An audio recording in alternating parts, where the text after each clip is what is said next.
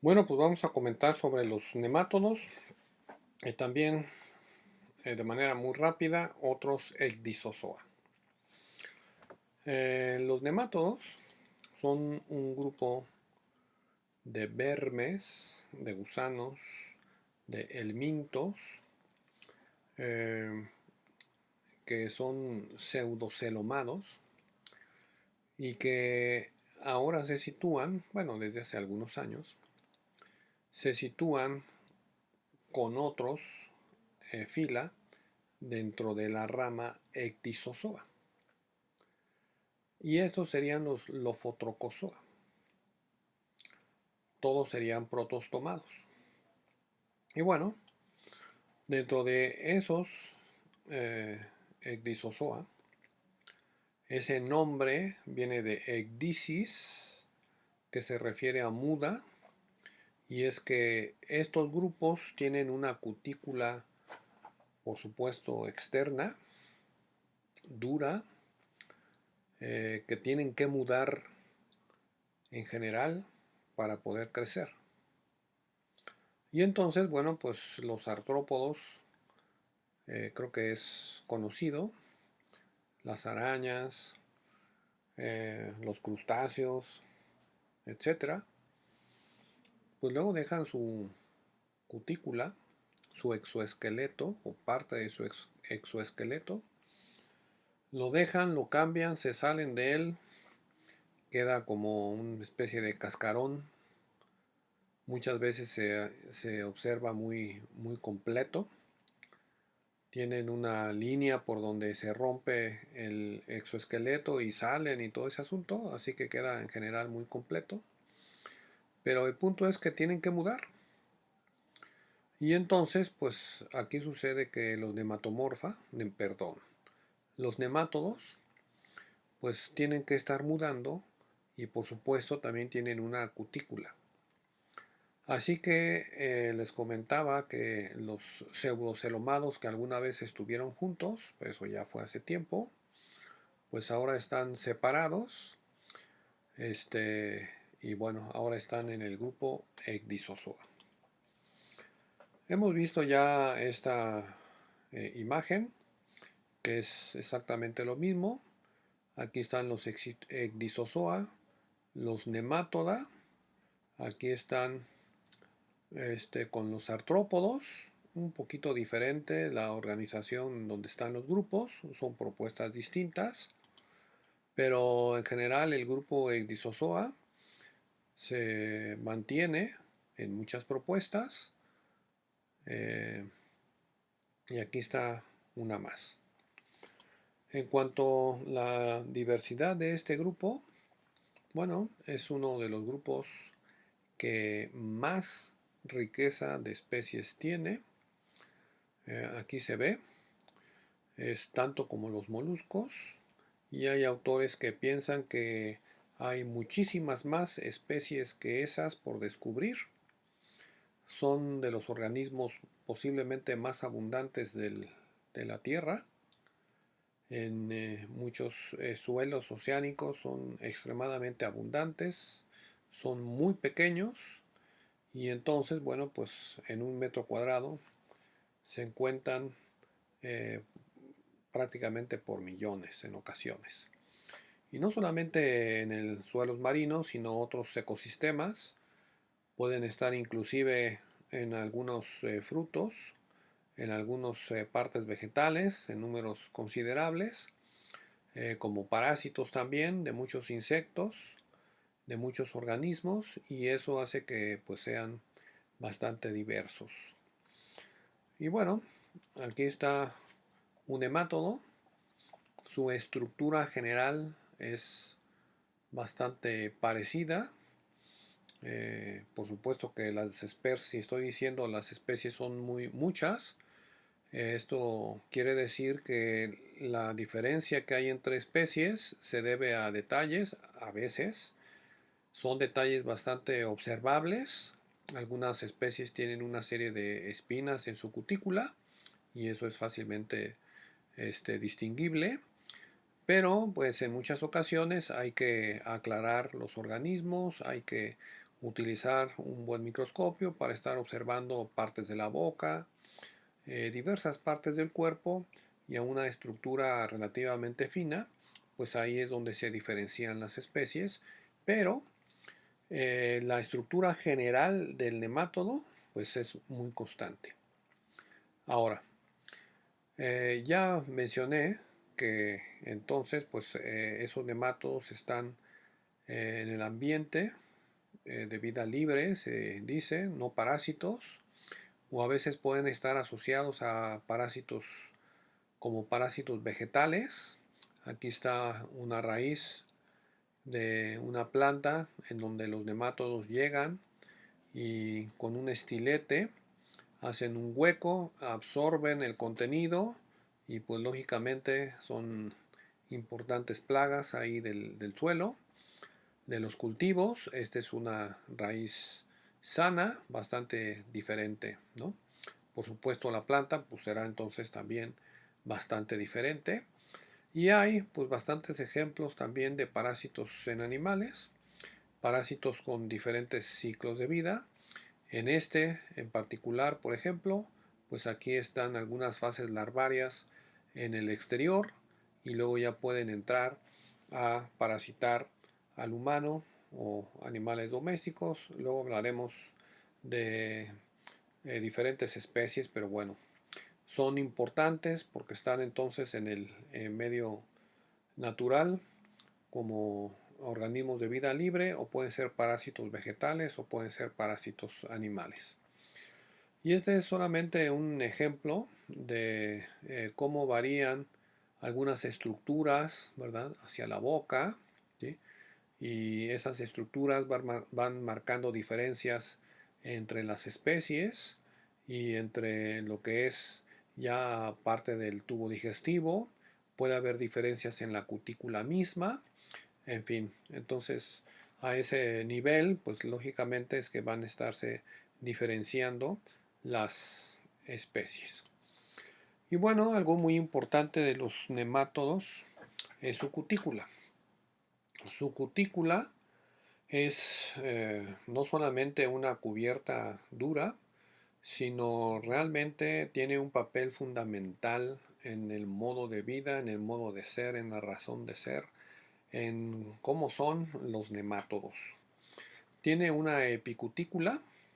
Esa epicutícula le ayuda en caso de los parásitos a estar pues evadiendo las formas de defensa del hospedero.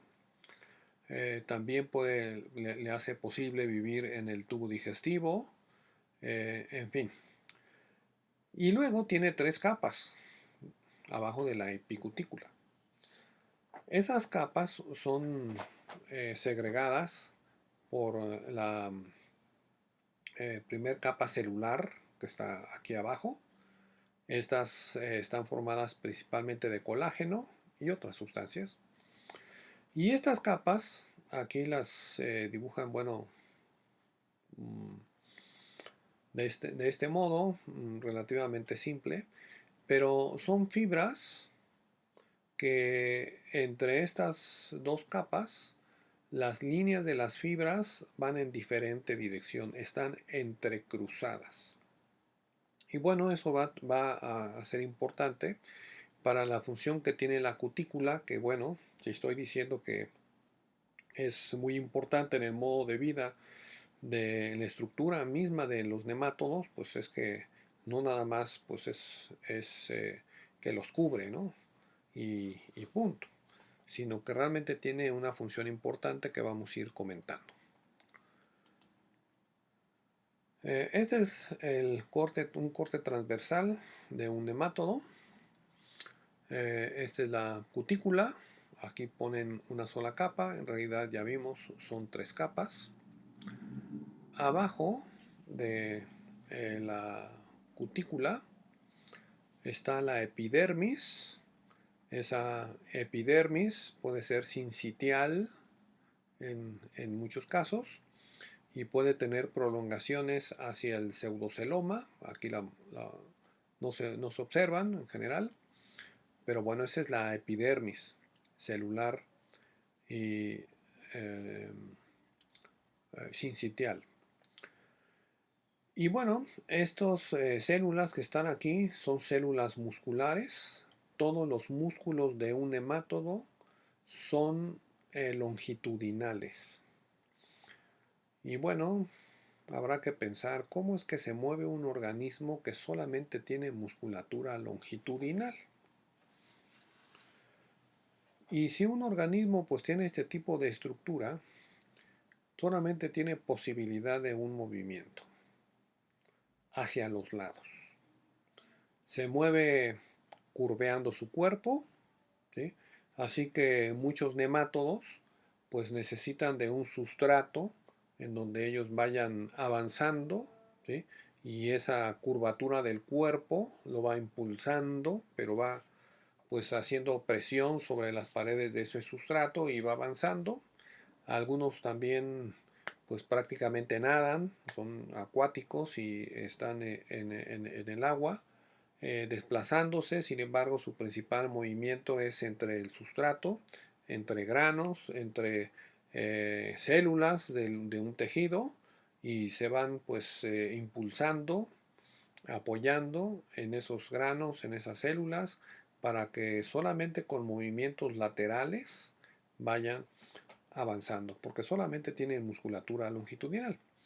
Ahora, cuando un músculo longitudinal pues va contrayéndose, pues lo que puede suceder es que el grosor de este animal aumente, como sucede en los anélidos precisamente. La musculatura longitudinal se contraía y bueno, pues entonces el grosor del animalito aumentaba. En este caso no. ¿Por qué? Porque la cutícula es la que está dando la contraparte de la musculatura longitudinal. Y entonces cuando el nemátodo se está moviendo hacia los lados, ¿sí?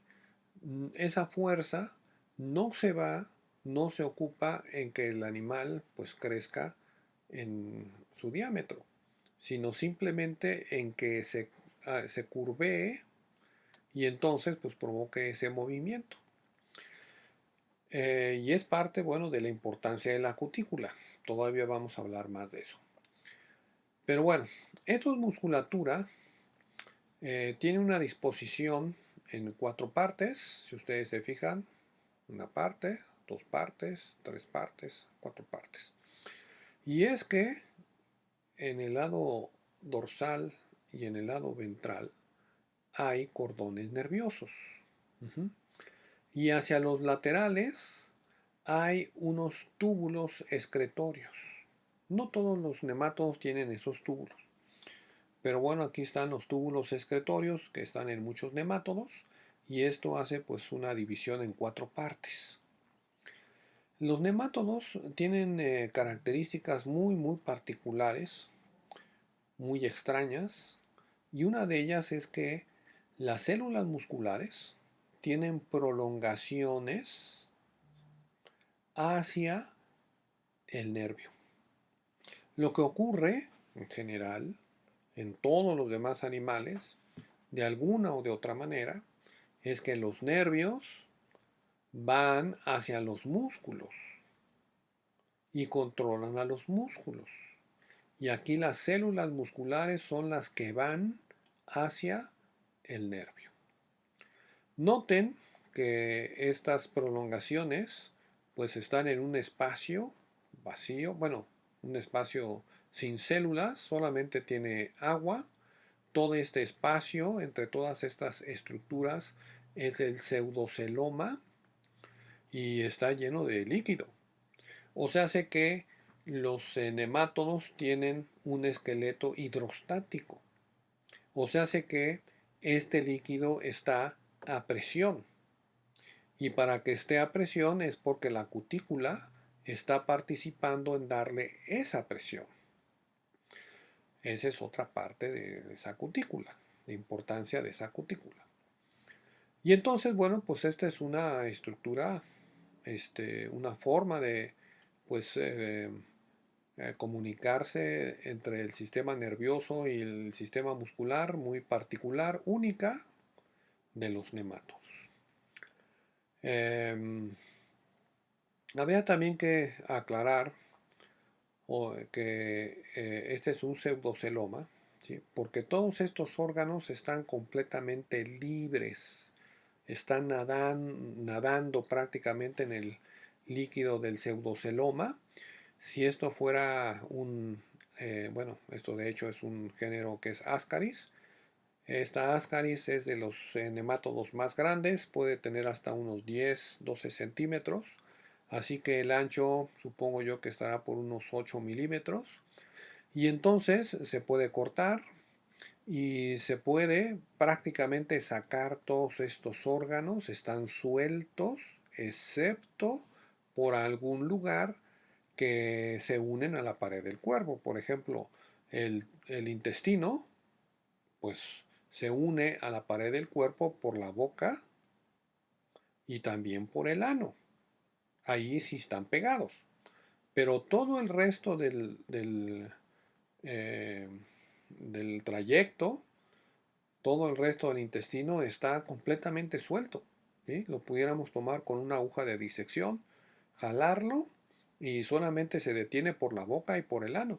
Y de manera similar, pues con las gónadas, que son los que están aquí adentro, y esas gónadas pues tienen un gonoducto que va hacia afuera y que está pegado también a la pared del cuerpo. Y por eso están pegados, pero el resto de la estructura la podemos jalar y está completamente suelta. Es decir, que no hay mesenterios como en un organismo celomado. Es claro que no hay peritoneo por ningún lado, ni mesenterios, porque no es celomado, es pseudocelomado. Es entonces esto un blastocele persistente. Y bueno, pues también le llaman entonces un blastoceloma. Y bueno, pues aquí es uno de los animales pseudocelomados que tienen un celoma bastante amplio. Eh, Hemos mencionado que esas cavidades rellenas de líquido pueden cumplir con varias funciones.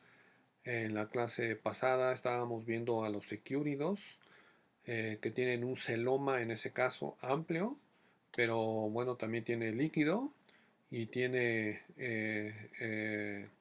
otras funciones, entre ellas el estar proporcionando espacio para que se muevan los gametos, para que maduren y luego salen por los nefridios. Y bueno, aquí es un eh, esqueleto hidrostático y además de que es un esqueleto hidrostático, pues es líquido que puede transportar sustancias del propio intestino, lo que se absorbe, lo que ya se digirió, lo que pues tiene que ir a las células del cuerpo, pues se va al líquido del pseudoceloma y llega hasta las células del cuerpo. Por supuesto, estos organismos que en general son pequeños, algunos bastante pequeños, Ascaris es la excepción, prácticamente no tienen un sistema circulatorio porque hay mucho líquido en el pseudoceloma, está libre ese líquido, no hay compartimentos como en los anélidos, así que bueno, pues eso hace que ese líquido pues transporte las sustancias del intestino hacia otras partes otros tejidos del cuerpo y también pues que la respiración se haga por la pared del cuerpo entre el oxígeno y bueno pues por vía del líquido del pseudoceloma entre hacia los diferentes tejidos que están en el pseudoceloma. Así que bueno, pues sería también una función prácticamente de un sistema circulatorio, la de transporte, la que está haciendo pues el pseudoceloma.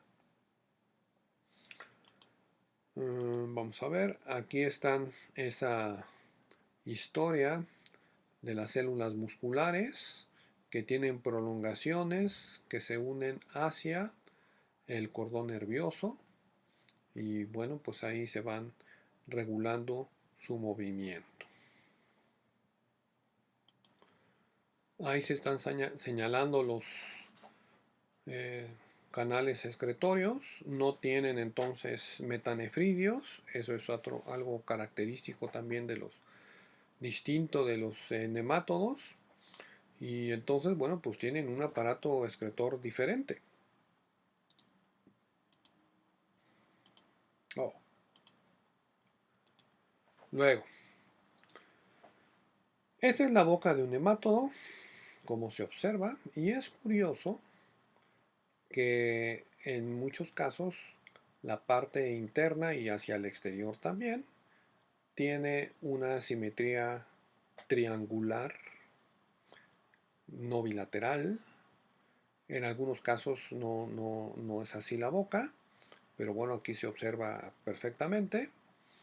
Y entonces, bueno, pues eso se prestó hace tiempo a estar, pues suponiendo que esos nemátodos se originaron en algún momento de un organismo sésil. Se acordarán que la vida sésil tiende a organismos radiales y que bueno, esa era una reminiscencia de una simetría radial y como estaba con los asquelmintos, con los demás pseudocelomados que tienen como los rotíferos su piecito, pueden ser sésiles en ocasiones y tienen unas glándulas adhesivas y todo un asunto para ser sésiles, pues ellos suponieron que siendo parientes, supuestamente, que ahora se ve que no, entonces, bueno, pues pudieran haber sido de una vida sésil y ahora, pues bueno, ya no he leído alguna otra explicación de esta simetría un poco extraña, pero bueno, están los labios,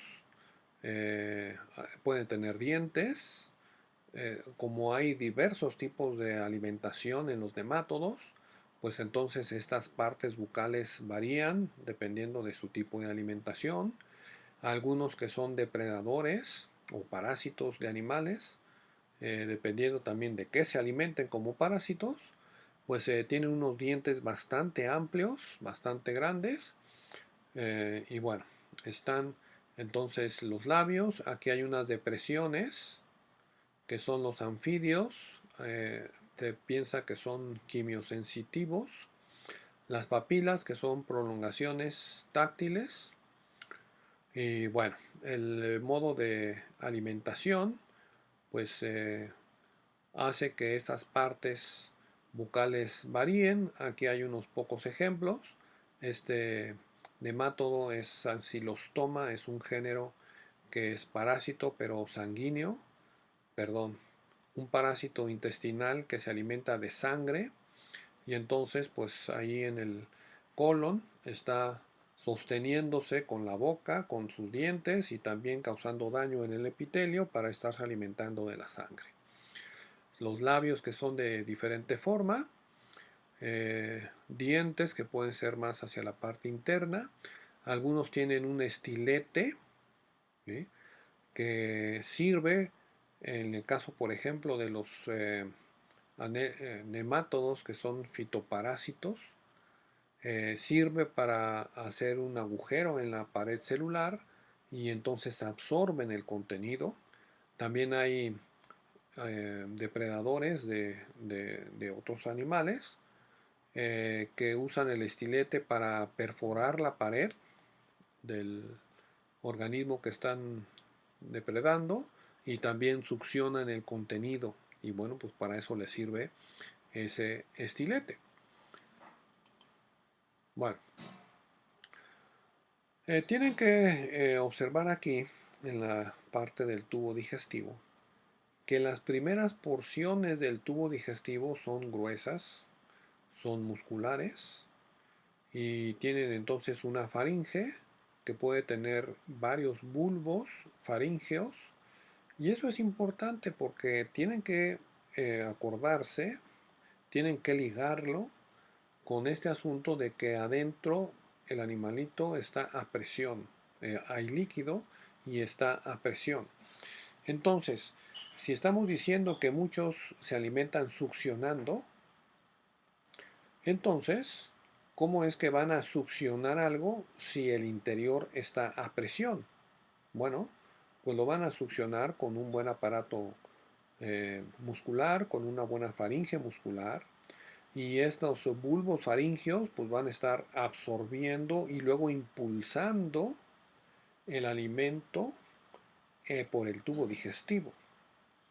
Esos bulbos están solamente hacia la parte anterior del animal. El resto del tubo digestivo es con paredes más delgadas, porque todo va circulando pues por este movimiento que es impulsado por los bulbos faringeos. Y bueno, aquí en esta parte de la descripción vuelve a ser importante la cutícula. Porque si la cutícula fuera rígida, completamente rígida, pues ¿cómo le hace para pasar el alimento, para entrar el alimento, si de por sí ya está a presión? Entonces, la cutícula es elástica y les comenté que hay fibras que están en diferente dirección, que están entrecruzadas y que pueden moverse entre sí.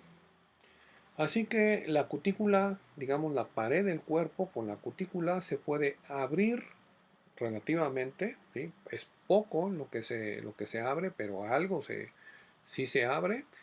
Y entonces al abrirse, pues hace más espacio, más volumen para que el alimento realmente pueda entrar y pueda estar fluyendo por el intestino, ¿sí? Pero está entonces siendo necesario que esa cutícula sea elástica, por supuesto. Cuando se desecha este alimento, pues la cutícula vuelve en sus fibras a regresar a un estado en donde el diámetro se hace más corto, las fibras entonces estarían pues perpendiculares, cuando se abre están más siendo paralelas o tienden a ser paralelas, algo así. Y entonces, bueno, pues se abre un tanto la cutícula o se cierra la cutícula y la presión en general pues permanece constante porque es una presión que debe existir como un buen esqueleto hidrostático. Así que ahí vuelve a ser importante el asunto de la cutícula. Ahora, este aparato eh, digestivo muy sencillo, creo yo, sin grandes complicaciones, es extremadamente efectivo para que los nemátodos puedan tener diversos tipos de alimentación. Repetiré esta idea.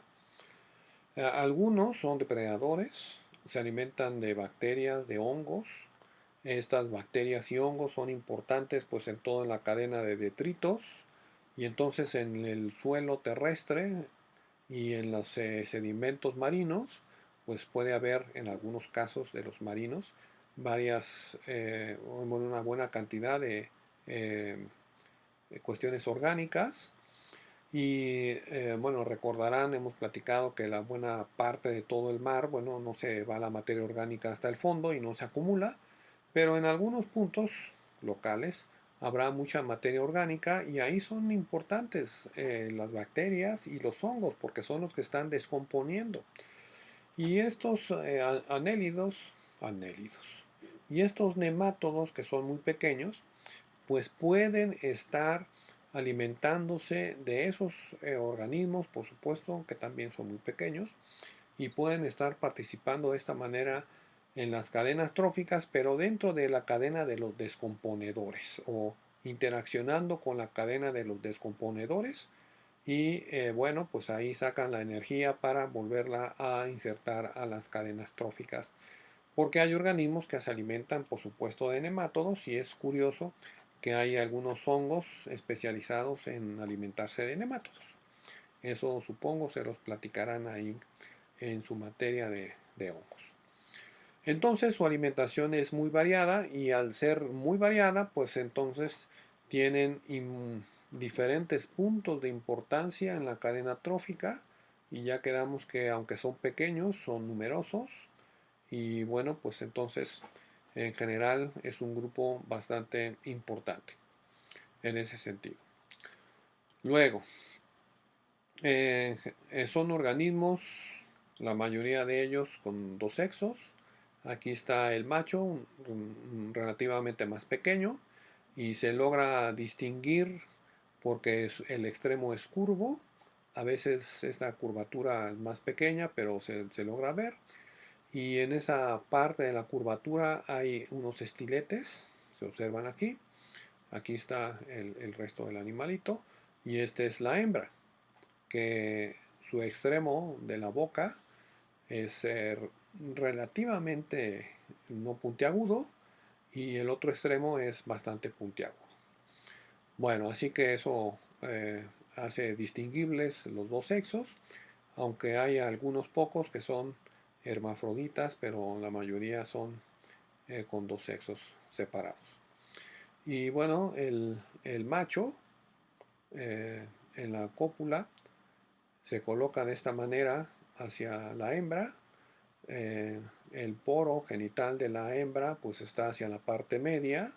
Las espículas que tiene el macho participan en acoplarse en ese poro genital y bueno, pues le transfiere los espermatozoides.